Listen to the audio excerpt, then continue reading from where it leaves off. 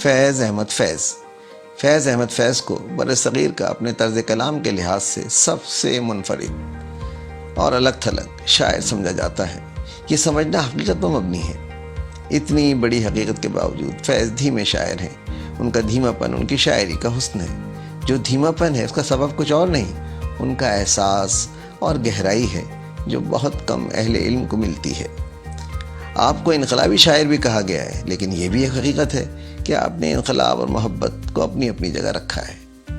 نہ انقلابی آہنگ کو جمالیاتی احساس پر، نہ جمالیاتی احساس پر انقلابی آہنگ کو ایک دوسرے کے مقابل زیر و زبر ہونے دیا ہے۔ فیض کا ڈکشن طرز کلام روایتی ہے، وہی الفاظ فارسی آمیز، اس میں فیض کو ندرت حاصل نہیں، لیکن فیض کی شاعری میں جو نرمی اور دل آویزی ہے، جو کشش و جاذبیت ہے، جو درد مندی اور قوت ہے، جو سماجی و سیاسی احساس ہے، جو سرمایہ داری کے خلاف نبرد آزمائی ہے، جو جبر و استبداد و استحصال اور ظلم اور بے انصافی کے خلاف احتجاج ہے، امن عالم، بہتر معاشرے کی آرزو مندی، ان سب کو فیض نے نئے الفاظوں سے نہیں بلکہ قدیم الفاظوں کو نئے معنیاتی نظام میں ڈھال کر، اظہاری سانچوں کو ان کے پرانے مفاہیم سے ہٹا کر نیا اسلوب دیا ہے، جو اس زمانے میں فیض کی انفرادیت اور اہمیت کو ثابت کرتا ہے۔ آپ کی شاعری کے بارے میں ڈاکٹر جمیل جالبی نے کیا خوب کہا ہے، آپ کی شاعری کی خصوصیات خیالات کی سنجیدگی، شخصیت کا توازن اور شعری اعتدال ہے۔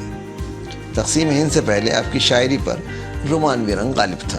ترقی پسند تحریک کے بعد آپ نے انقلابی شاعری کا آغاز کیا۔ یہ دور آپ کی رومانوی اور انقلابی شاعری کا مکسچر تھا۔ یوں آپ نے نئی سمت میں چلنا شروع کیا۔ آپ نے ہنگامہ خیز زندگی گزاری، قید و بند کی صحبتیں بھی جھیلی، جلا وطنی بھی آپ کے حصے میں آئی، لیکن اس سارے عمل نے آپ کو شاعر ہی رکھا۔ آپ اول و آخر شاعر تھے، اس میں دو رائے ممکن نہیں۔ آپ کی پہچان آپ کی شاعری ہے۔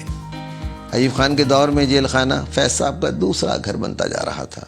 وہاں ان سے پوچھ گچھ کا سلسلہ رہتا۔ اس موقع پر آپ نے اپنی اس کیفیت کا تخلیقی اظہار کچھ اس طرح کیا ہے۔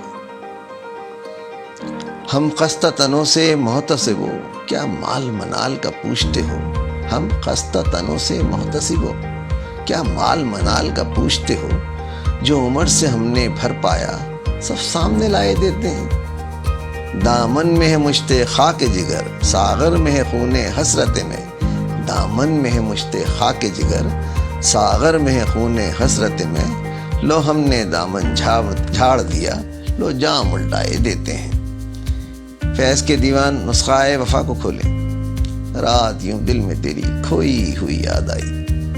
ان اشعار کو پڑھتے ہوئے جو احساس ہوتا ہے، اس کو لفظوں میں بیان کرنا بہت مشکل ہے۔ جو کچھ ان اشعار میں فیض نے سمیٹا ہے، وہ فیض ہی کو زیبا ہے۔ ایسا لگتا ہے کہ ان اشعار کا حسن شاید رہتی دنیا تک قائم رہے۔ یہ اشعار بےتاب ویران دلوں کو قرار فراہم کرتے ہیں، جو فیض کی نظر میں بظاہر بے وجہ صحیح، لیکن حقیقت یہ ہے کہ ان کے احساس نے بے وجہ قرار کو ایک نیا اسلوب دیا ہے۔ رات یوں دل میں تیری کھوئی ہوئی یاد آئی، رات یوں دل میں تیری کھوئی ہوئی یاد آئی۔ جیسے ویرانے میں چپکے سے بہار آ جائے، جیسے ویرانے میں چپکے سے بہار آ جائے۔ جیسے صحراؤں میں ہولے سے چلے باد نسیم، جیسے صحراؤں میں ہولے سے چلے باد نسیم۔ جیسے بیمار کو بے وجہ قرار آ جائے۔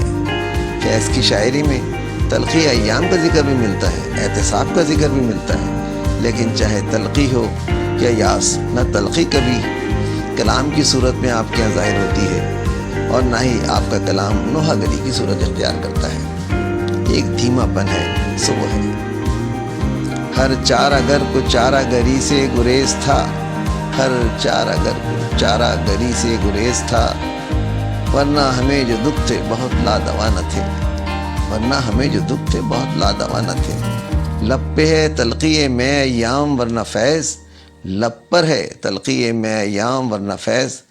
ہم تلخی کلام پہ مائل ذرا نہ تھے۔ احتساب کی کیفیت دیکھیں۔ ہم دیکھیں گے، لازم ہے کہ ہم بھی دیکھیں گے، وہ دن کے جس کا وعدہ ہے، جو لوح ازل میں لکھا ہے۔ جب ظلم و ستم کے کوہ گرا روئی کی طرح اڑ جائیں گے ہم محکوموں کے پاؤں تلے، جب دھرتی دھڑ دھڑ دھڑکے گی اور اہل حکم کے سر اوپر جب بجلی کڑ کڑ کڑکے گی، جب عرض خدا کے کعبے سے سب بت اٹھوائے جائیں گے ہم اہل صفا مردود حرم، ہم اہل صفا مردود حرم مسند پہ بٹھائے جائیں گے، سب تاج اچھالے جائیں گے، سب تخت گرائے جائیں گے، بس نام رہے گا اللہ کا، بس نام رہے گا اللہ کا، جو غائب بھی ہے حاضر بھی، جو منظر بھی ہے ناظر بھی، اٹھے گا نا الحق کا نعرہ، اٹھے گا نا الحق کا نعرہ، جو میں بھی ہوں اور تو بھی ہے، اور راج کرے گی خلق خدا، جو میں بھی ہوں اور تم بھی ہو۔ آئیں ان کی ایک نظم تنہائی کو سنتے ہوئے اس گفتگو کو سمیٹتے ہیں۔ اس نظم میں یاس کی کیفیت دیکھیں، فیض نے اپنا احساس اور تجربے کو جس طرز میں بیان کیا ہے، کیا یہاں وہ احساس وسیع تر انسانی احساس بن کر آفاقی کیفیت میں ڈھلتا ہوا نظر نہیں آتا ہے؟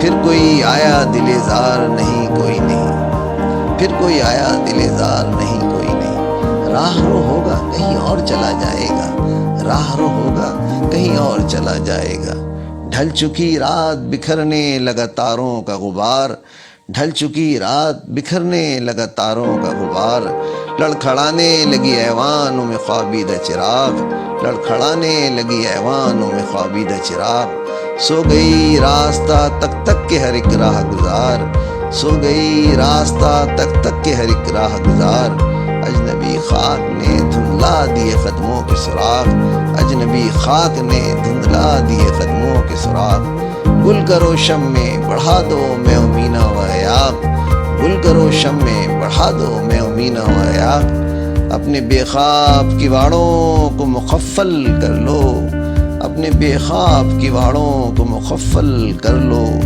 اب یہاں کوئی نہیں آئے گا۔ فیض احمد فیض۔